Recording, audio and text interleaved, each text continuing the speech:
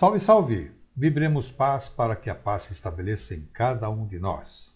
Bem-vindo ao canal Ao Espírita. E começando o nosso bate-papo desta semana, eu, Mauro Mendes, agradeço a sua companhia. É muito bom tê-lo aqui comigo. E desde já agradeço e peço que se inscreva, deixe o seu gostei, ative o sininho, compartilhe, ajude-nos com este trabalho. Hoje completaremos nosso bate-papo sobre as leis naturais. Viemos aí com 3 programas, já esse aqui é o último, com 2 programas, esse aqui é o último, o terceiro, que vai complementar a questão das leis naturais. E vamos começar com a lei da liberdade. Liberdade tão falada ultimamente, tão questionada ultimamente em nosso país, mas o nosso foco aqui é a lei da liberdade pelas leis naturais. Então, nós não gozamos de liberdade absoluta, porque todos necessitamos um dos outros.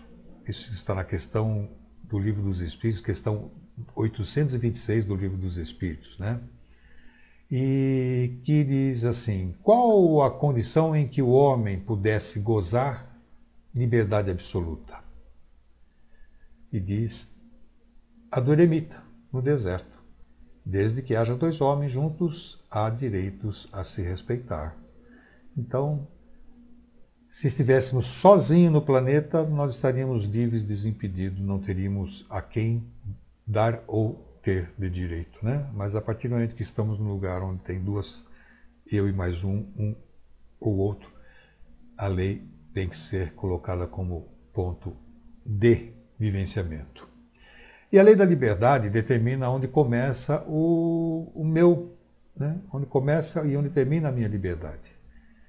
Então, na pergunta 833 do Livro dos Espíritos, também fala sobre isso. E diz que é pelo pensamento que o homem goza de uma liberdade sem limites. Só Deus, podendo conhecê-lo, condena-o ou absolve-o, segundo a sua justiça. Assim como a justiça e a fraternidade, a liberdade também foi um conceito bastante estudado, questionado e definido por grandes pensadores de todas as épocas e povos, que o caracteriza a mesma como uma das leis natural natamente humana. E nesse conjunto, é um processo natural, já está lá, essa lei nós já nascemos dentro de um contexto de termos liberdade. Mas, ao final, o que é essa lei da liberdade? O que ela representa para nós dentro de um contexto prático, dentro de um contexto de vivenciamento? E o que é o livre-arbítrio?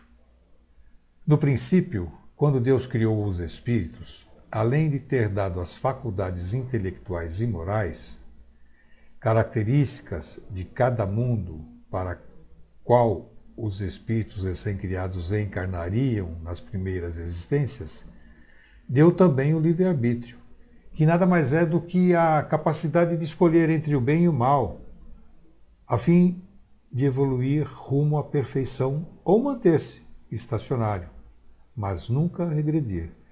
Veja bem, caminhamos para frente ou ficamos parados. Para trás, nesse processo, não existe essa possibilidade. Mas até onde vai a liberdade de cada um?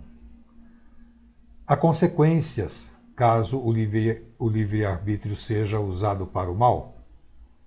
Como diz vários autores espíritas, o ser tudo pode, mas nem tudo lhe convém. Um exemplo para entender melhor essa expressão é se uma pessoa planta discórdia, rancor, raiva e pensamentos pessimistas, há de colher situações degradantes, mas não necessariamente a discórdia, o rancor e a raiva. Pois como Jesus dizia numa frase bíblica, vós sois deuses. Criamos a realidade que desejamos através dos pensamentos e das ações. Por isso a expressão, mas nem tudo lhe convém. Então, em resumo, a lei da liberdade nada mais é do que a lei de causa e efeito, ou ação e reação. plantar e colher. Ok? Também temos a lei da sociedade. Os homens têm, além das necessidades básicas, a necessidade de viver em grupo. Deus não deu inutilmente a palavra e todas as outras faculdades necessárias à vida de relação. Todos devem concorrer para o progresso, ajudando-se mutuamente. O que é sociedade? Segundo a sociologia, é um grupo de pessoas que habitam num mesmo espaço em certo período. Ou então, segundo o significado do próprio nome, sociedade é a associação amistosa entre outros.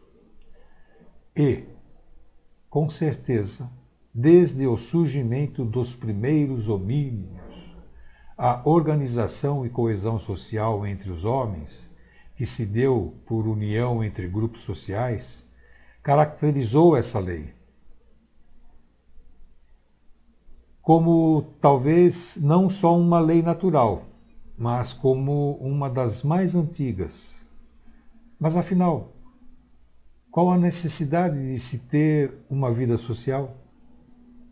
Viver em sociedade significa um auxílio tanto na evolução intelectual como na evolução moral, que pela troca de conhecimentos e experiências entre as pessoas ajuda no melhor progresso da ciência e tecnologia como um todo, e no melhor melhoramento espiritual e moral que ocorre pela reforma íntima. Então, essa é uma oportunidade, essa questão da socialização, da sociabilidade, socialização, ela vem em função de nos permitirmos nos entender, nos compararmos, fazendo um processo comparativo de estarmos melhor em relação a A ao B, ou A a B estar em relação melhor em relação a gente. Então essa necessidade, né? A convivência social, ela é muito importante para o processo evolutivo do espírito.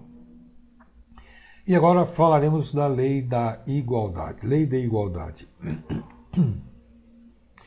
Todos os homens são iguais perante Deus. Ele fez as suas leis iguais para todos. O sol brilha para todos em igual intensidade. As desigualdades sociais são obras do homem.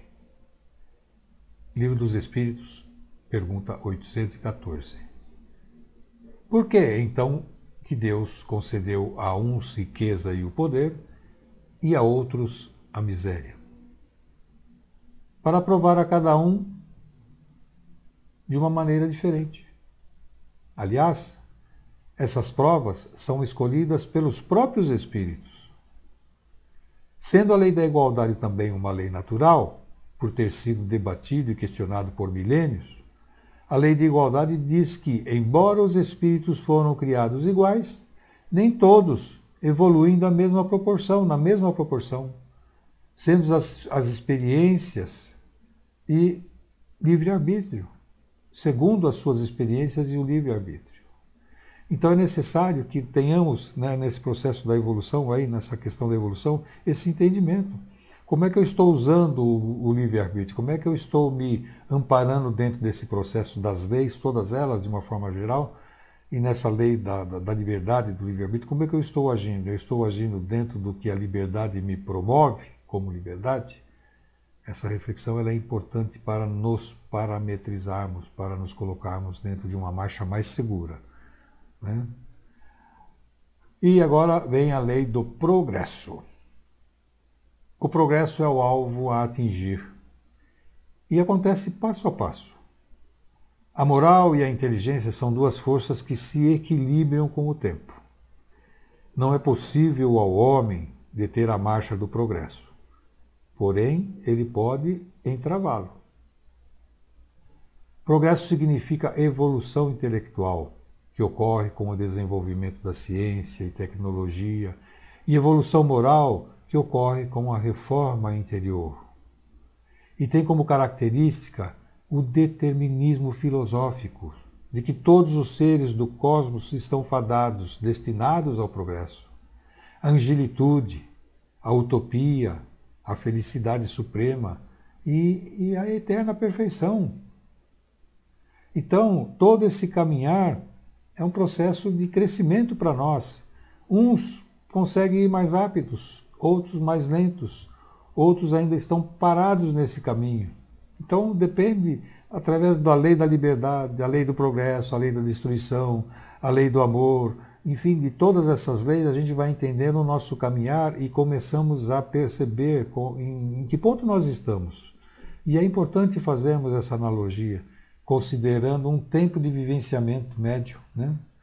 Então, eu acho que isso vem ao encontro da gente ter a divisão sobre nós mesmos, o quanto nós estamos aprimorados em função do tempo de nossa existência já. E essa visão, essa percepção, ela faz com que tenhamos muito mais propriedade no nosso caminhar. E assim a gente vai encerrando o nosso bate-papo de hoje, encerrando também a questão das leis naturais. Mas não deixe de buscar maiores informações ainda, buscar com mais empenho esse entendimento, esse ensinamento, porque vale a pena. E vamos encerrando, e eu peço a você, inscreva-se, deixe o seu gostei, ative o sininho, compartilhe, ajude-nos com a divulgação deste trabalho. E vamos encerrando, agradecendo a Deus o dom da vida, a Jesus os seus ensinamentos, emanando vibrações de amor e paz a todos quanto nosso pensamento possa alcançar. Pedimos a Deus por todos os companheiros de batalha, aos espíritos benfazejos que nos servem de agentes esclarecedores, que revelam meios e ampliam as condições para nossa maior compreensão sobre a verdade. Vibremos pelos doentes do físico e da alma, pelos suicidas, por todos que passam pelo sofrimento, para que tenham as bem-aventuranças, abrindo assim as mentes para a grandeza e a renovação de cada um. Vibremos por todas as criancinhas que simbolizam a ingenuidade humana. Até a próxima semana, onde quer que estejamos. Um beijo no coração de cada um.